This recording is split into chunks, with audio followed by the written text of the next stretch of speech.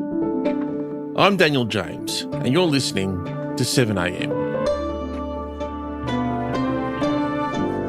This week, Australians were hit with another reminder that the cost of living crisis isn't over, and the government's room to move is narrowing fast. An interest rate rise has sharpened the pressure on Anthony Albanese and Jim Chalmers, just as the federal budget looms. The government is now forced to weigh up expectations of economic reform versus political risk. Meanwhile, the opposition is unravelling in plain sight. The coalition split, with the Nationals relegated to the crossbench.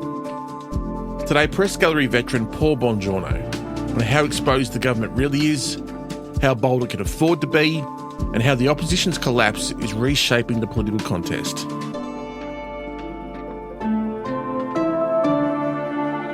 It's Saturday, February 7.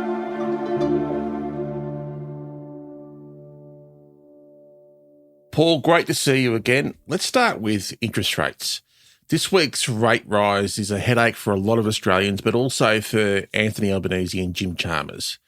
How much pressure does this hike put on the government? Well, I think it's the biggest challenge to the credentials of the Albanese government, the management of the economy, since they were elected almost 4 years ago. Because remember, at the time of the election, we were being told, and there was evidence at the time, that inflation had been tamed, and the claims of the Prime Minister and the Treasurer was that we'd turned the corner. Well, these numbers show that the Australian economy's turned a corner. We're turning the corner, the economic figures. The intervening 6 months have seen a dramatic revision that has really undermined the assumptions and projections of Treasury and the Reserve Bank. And we've seen these this week with the Reserve Bank having a big rethink. For the first time in more than 2 years, mortgage holders are this morning counting the cost of a rate hike. The Reserve Bank pulled the... Now, I know this is not the news that Australians with mortgages want to hear, but it is the right thing for the economy. And of course, that means that the government has been put completely on the back foot now and, as it were, has to reset. So as Jim Chalmers said in a number of interviews and in Parliament, whatever the political argument, and there's a big one between, the government, the opposition and others, this really is hurting 3 million mortgage holders, and not only mortgage holders, people who are borrowing, small business and all of that. The only consolation I think Labor has, I was speaking to one of the cabinet ministers, and he said, well, look, the problem for Susan Lee and Ted O'Brien, her shadow treasurer, is that they, and this is based on all the opinion polling and the shambles that they're in, they have no real credibility. As the minister said to me, he said, well, look, there is no doubt there are real challenges out there and people are really hurting, but nobody believes the Libs have got the answers. There are predictions of at least one more rate rise this year, and we've also got the federal budget coming up where the government will be under scrutiny over spending. How dangerous is this territory for the government? What sort of things will they be looking to cut? Well, that's the perennial question, and it does presume that everybody believes that the government spending is bad by definition. It's almost a meme that Labor's political opponents have been using basically for the last 100 years or more. But I think the experience of the pandemic particularly was that people do expect the government to look after them, even the ones who say, oh, you're spending too much, but it's all right if you spend on me. And I think we've got to recalibrate just a little bit that argument. But coming back to your point, yes, the government does need to be able to demonstrate that it is not, as the Liberals claim, spending like a drunken sailor, that it is spending wisely, that it is spending in a way that ameliorates the impact on the standard of living of Australians. And one would hope, and this is of course the challenge of the upcoming budget, that it does do things, maybe with taxation, maybe with the way the government operates, that will actually restore the standard of living that's taken a pretty big hit in recent years. Speaking of taxation, it's been reported that the government is looking to slash the capital gains tax discount. In lieu of an effective opposition at the moment, it should be easy enough to do, and they are looking to be bolder, but how difficult is it for governments to take away a benefit that is firmly embedded? Well, it's politically, it's extremely difficult. But people say, every time Labor says it wants to do something on negative gearing capital gains tax, it loses an election. Yes, from opposition. There is a huge difference between a government being able to bring in a reform that it can manage and design and an opposition saying, first of all, vote for us, trust us to get into government, and then trust us when we're in government that we will do this reform. And given the political capital that Albanese has, also by default that his political opponents are a shambles, you would think that the sort of risk historically that these reforms generate is more than manageable. The Parliamentary Budget Office, at the request of the Australian Greens, looked at this, and it found that the cost of this concession for capital gains tax discount is going to be in the order of $260 billion over the next 10 years, and the main beneficiaries are the top 1%. The richest people in Australia are the main beneficiaries. Now, surely the government can argue in this regard, as it did with the Stage 3 tax cuts, yes, there will be losers with this reform, but they're people who can afford to lose something, and they certainly won't be losing everything. Coming up, could an alliance between the Nationals and One Nation be the next twist in the coalition saga?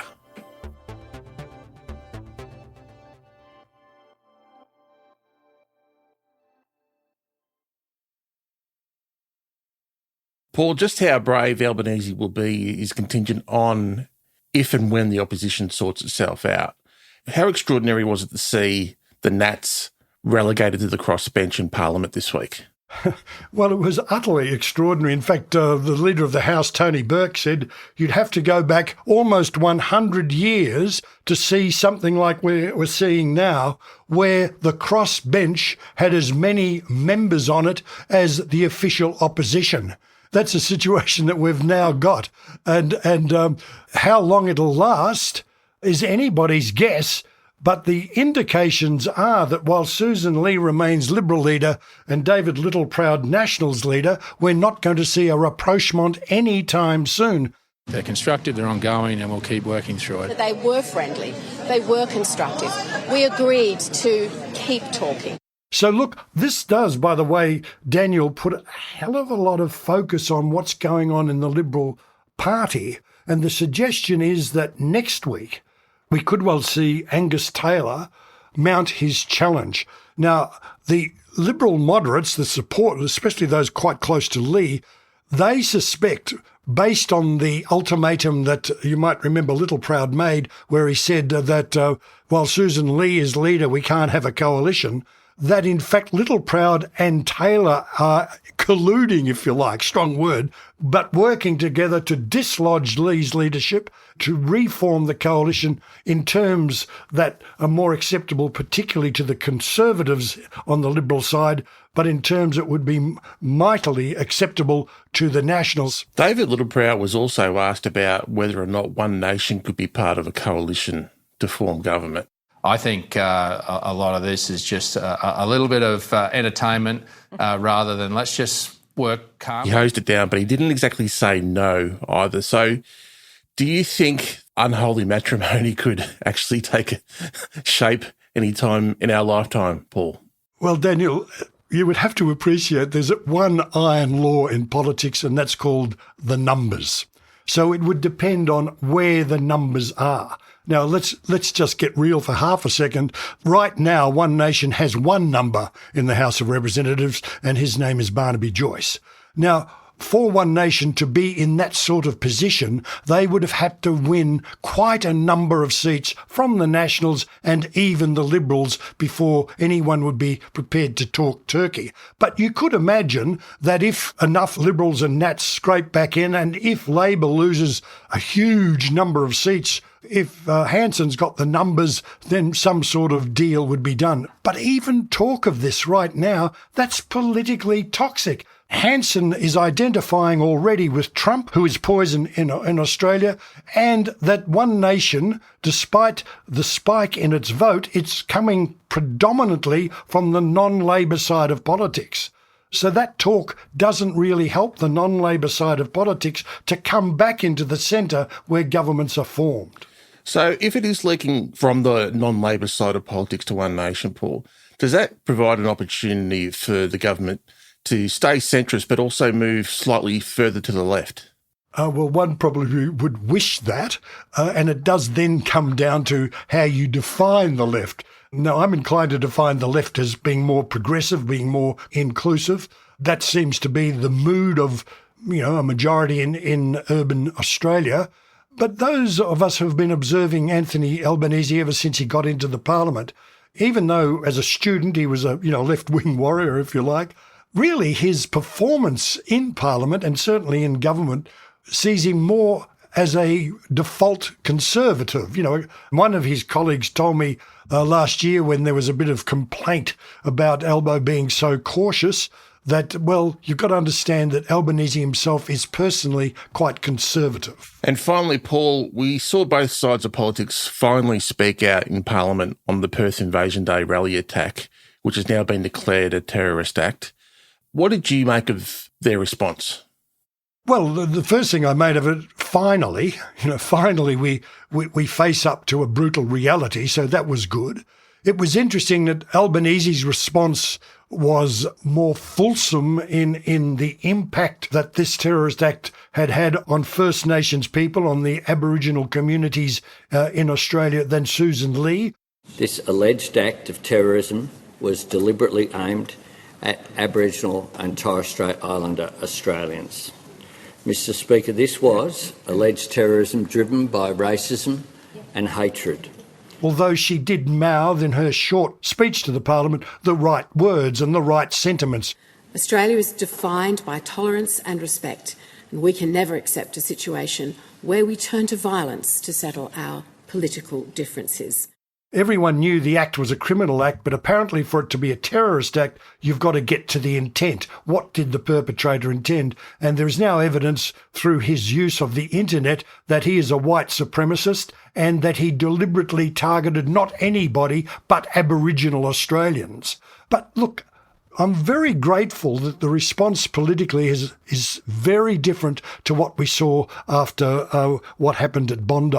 You might remember within almost 12 hours, the federal opposition leaders in the Jewish community were accusing Albanese of literally pulling the trigger. Josh Frydenberg said he was personally responsible because he and the Australian government had recognised the Palestinian state.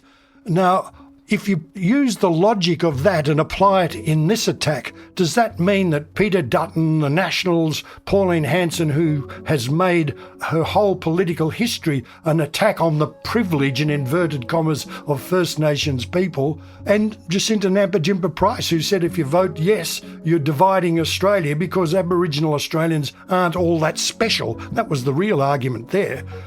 Thank God nobody is pointing the finger at any of these people saying they are the ones that threw the bomb.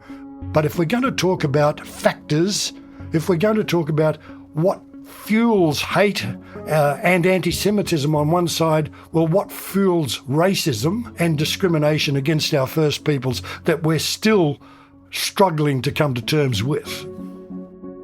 Paul, always wonderful to speak with you. Thanks for coming on. Thank you, Daniel. Bye.